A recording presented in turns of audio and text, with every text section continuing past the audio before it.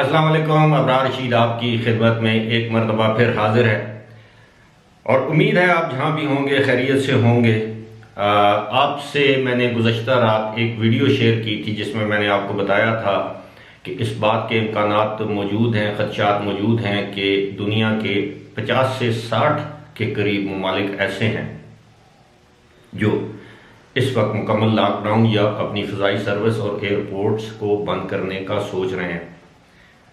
ताज़ा तरीन खबर ये है कि अमेरिका ने ये ऐलान किया है, ये फैसला किया है कि बरतानिया से आने वाली तमाम परवाज़ों में जितने भी मुसाफिर सवार होंगे, बरतानिया से आने वाली अमेरिका जाने वाली परवाज़ों में जितने भी मुसाफिर सवार होंगे, अब उनके लिए लाजमी होगा कि वो अपनी परवाज़ से 72 घंटे के अंदर अंदर कोविड-19 का टेस्ट करवाएं और वो टेस्ट नेगेटिव हो, उस टेस्ट की रिपोर्ट अपने हमरा लेकर आएं। यानी इसका मकसद ये है कि डिपार्चर यानी प्रवास की रवानगी से 72 घंटे के अंदर अंदर आपने ये टेस्ट करवाना है। जो लोग भी बरतानिया से इस वक्त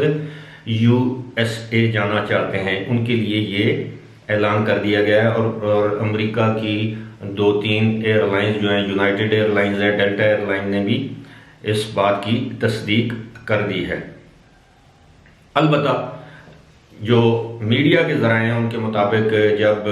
बरतानिया का जो सफारत खाना है वाशिंगटन DC में उससे रब्ता करके इसकी तफसीलात या तस्दीक करने को कहा गया तो उन्होंने कोई जवाब नहीं दिया। अब आपको मालूम है कि मैं गुज़श्ता 3 दिनों से इस मौजू पर अपनी वीडियोस बना रहा हूं और मैं आपको ये बावर करवाने की कोशिश कर रहा हूं कि अब भी UAE एक ऐसा मुल्क है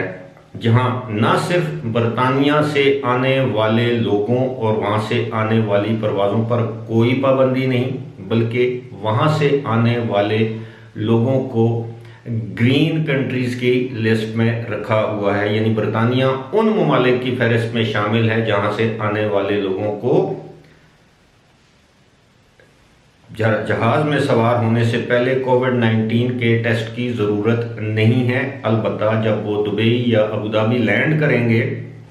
तो उनका ये टेस्ट लिया जाएगा, फिर उस टेस्ट की रिपोर्ट पर मुनसर होगा कि उनको क्वारंटीन में रखा जाए या ना रखा जाए।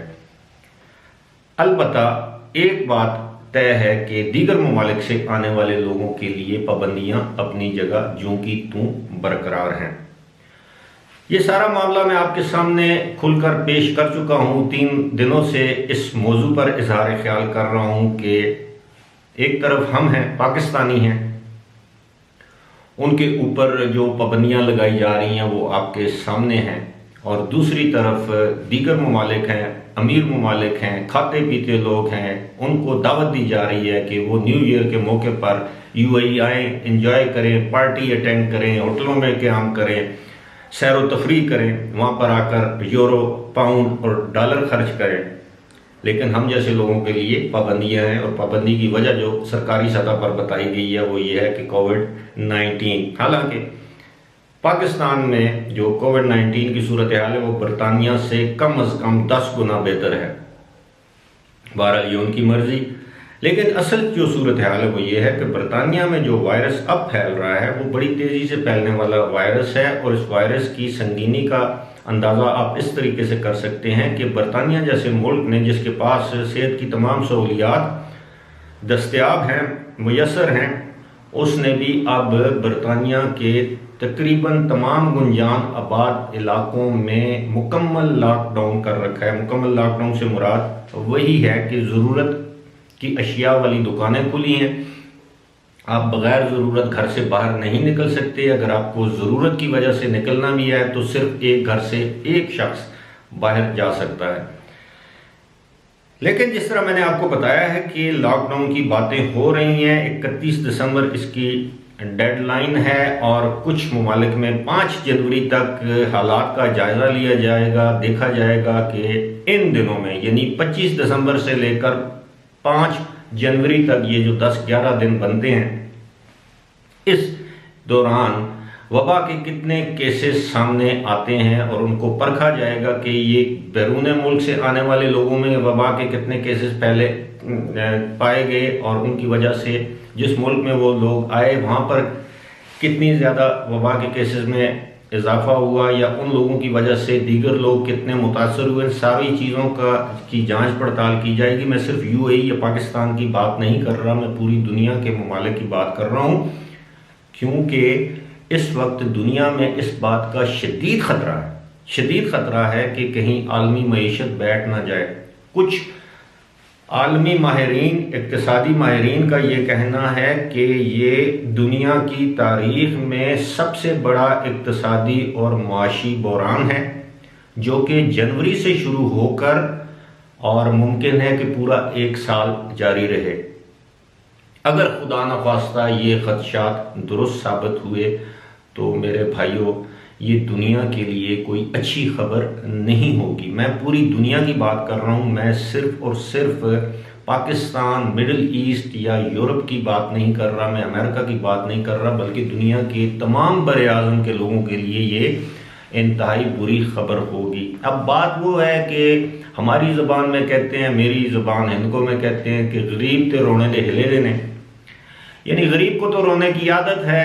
जो अफ्रीका के जो लोग हैं वो तो पहले ही बेचारे लाचार हैं, बेयारो मददगार हैं। जो तरक्की पजीर ममालिक हैं उनमें बीमारियां आम हैं, लोग मरते हैं, किसी को परवाह नहीं होती। लेकिन असल मामला दूध पीने वाले मजनूओं को होगा, जिनको अय्याशियों की, आसाइशों की आदतें पड़ चुकी हैं, और जब उनसे अय्याशियों और आसाइशें छीनी जाएंगी या छिन जाएंगी, जब उनकी मईशतें नीचे बैठ जाएंगी, जब वो देखेंगे अपने सामने उनके अरबों डॉलर या दिरहम या रियाल या दिनारों के बिजनेस डूब रहे हैं, जब वो देखेंगे कि उनकी इकॉनमी नीचे जा रही है, जब वो देखेंगे कि तेल कोड़ियों के भाव भी कोई नहीं खरीद पा रहा, जब वो देखेंगे कि दुनिया का टूरिज्म बंद हो चुका है, ख़त्म हो चुका है, परवाज़ें बंद हो चुकी हैं, एयरपोर्ट्स बंद हो चुके हैं, जैसे कि मार्च, अप्रैल और मई के महीने में सूरत हाल थी, जब वो देखेंगे कि सरमायाकारी बंद हो गई है, जब वो देखेंगे कि कंस्ट्रक्शन ठप हो गई है। और अगर आप समझना चाहते हैं तो मैं इशारतन आपको बता देता हूँ कि अगर सूरत हाल यही रही तो अगले साल